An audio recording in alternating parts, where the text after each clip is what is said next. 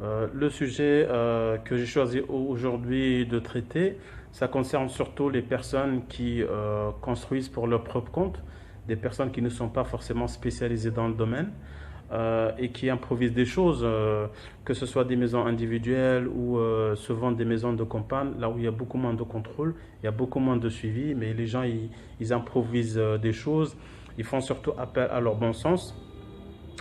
Il y a un cas de figure dont je veux parler aujourd'hui qui ne peut jamais arriver dans un chantier contrôlé ou un chantier suivi voilà, par les ingénieurs, mais qui peut facilement être commis si on construit, si on fait appel simplement à son propre bon sens, alors qu'on n'est pas spécialisé dans le domaine. Quand vous avez une maison de campagne, par exemple, vous avez uniquement un rez-de-chaussée, et vous avez une saillie. Donc ça peut être une terrasse qui est construite. La terrasse peut ne pas être accessible, mais juste une terrasse, probablement pour créer un petit espace ici, pour créer un petit ombre en bas. Euh, Supposons que ce rez-de-chaussée est construit selon la règle de l'art, ça veut dire avec un plan, etc. Donc, au fil des années, les enfants ils grandissent. Bah, au départ, le bâtiment il est constitué uniquement d'un rez-de-chaussée avec console, avec une saillie, une partie qui déborde. Mais au fil des années, les enfants ils grandissent et tout, et le propriétaire, par exemple, décide d'ajouter un niveau supérieur, de construire un premier étage, éventuellement un deuxième étage. Donc, pour construire par-dessus, en faisant appel simplement à son bon sens, bah, il se dit que pour renforcer maintenant cette partie, il va venir, il va créer des poteaux ici. Donc il va créer des poteaux pour que la structure puisse supporter les étages supérieurs qui vont être conçus.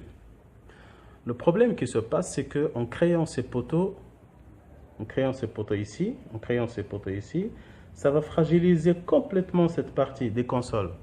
Parce que les consoles, en travaillant en tant que console, ils vont avoir leur partie, la partie tendue, ils ont une partie tendue, ils ont une partie comprimée.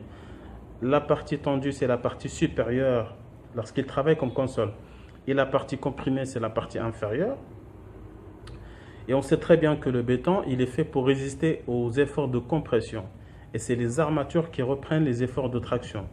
Donc, pour notre console, la partie qui contient beaucoup plus de ferraillage, c'est la partie supérieure. Et la partie inférieure, c'est celle qui contient le moins de ferraillage. Il contient bien sûr un minimum de ferraillage, mais si on compare les deux, c'est la partie supérieure qui est mieux ferraillée parce que c'est cette partie qui est ferraillée. Maintenant, en créant des poteaux par notre propriétaire, il va inverser complètement le fonctionnement de la console. Parce que ça ne va plus travailler comme console, mais ça va travailler comme une poutre sur deux appuis. Donc la partie qui va être tendue, ce n'est plus la partie supérieure, mais c'est la partie inférieure. Et la partie comprimée, c'est la partie supérieure. Ce qui veut dire que la partie qui contient moins de ferraillage, c'est celle qui va être sollicitée par des efforts de traction, et la partie comprimée, et c'est l'inverse. Donc en créant ces poteaux, notre propriétaire aurait tout simplement fragilisé, mais complètement notre console. Le console, il est plus résistant, il est plus rigide, il est plus stable sans les poteaux qu'avec les nouveaux poteaux. Donc si vous avez une situation comme ça, faites vraiment attention. C'est bien de faire appel à son bon sens, mais c'est mieux de se faire suivre, de se faire accompagner par des professionnels.